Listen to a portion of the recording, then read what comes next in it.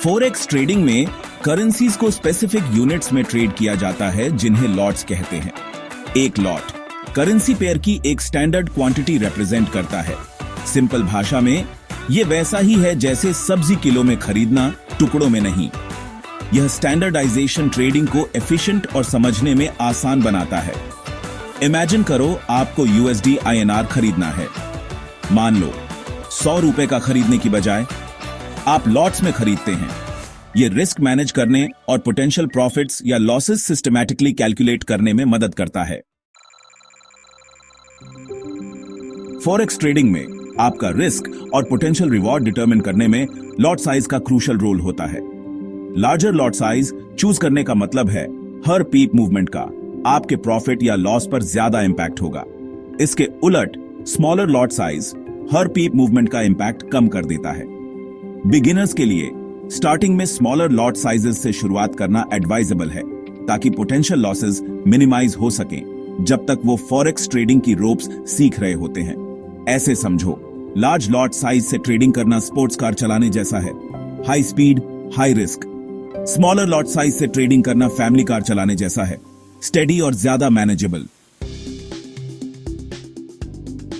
Forex trading में mainly 3 types के lot sizes होते हैं: स्टैंडर्ड लॉट, मिनी लॉट और माइक्रो लॉट। एक स्टैंडर्ड लॉट सबसे बड़ा होता है और बेस करेंसी के 1 लाख यूनिट्स के बराबर होता है।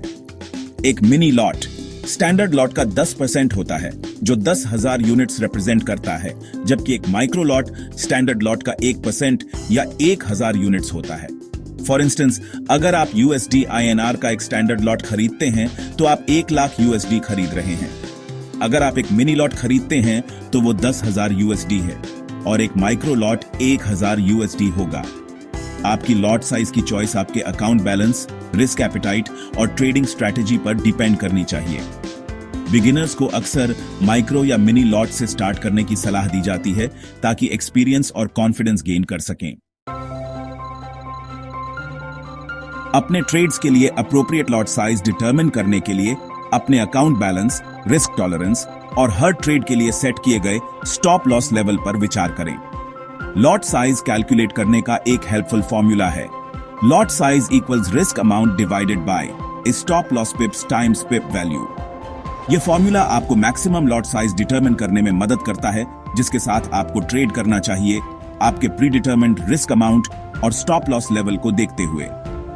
याद रखें, रिस्क मैनेज करना फॉरेक्स ट्रेडिंग में लॉन्ग टर्म सक्सेस की है।